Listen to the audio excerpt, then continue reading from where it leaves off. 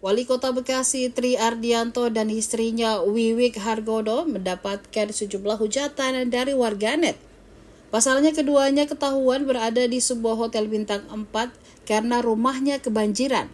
Sementara diketahui ribuan warganya tengah kebanjiran dan mengungsi di tenda.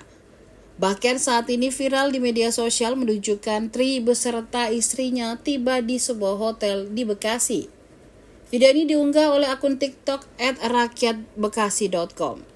Perekam video mengatakan Tri Ardianto dan keluarganya menginap di hotel karena rumah mereka kebanjiran. Saat dikonfirmasi, Tri mengaku dia dan keluarganya menginap di hotel saat banjir bukan untuk sekedar bermewah-mewahan. Tri Ardianto mengklaim ia dan keluarganya menginap di hotel karena lokasi hotel strategis sehingga bisa meninjau lokasi banjir dan menemui warga yang terdampak banjir.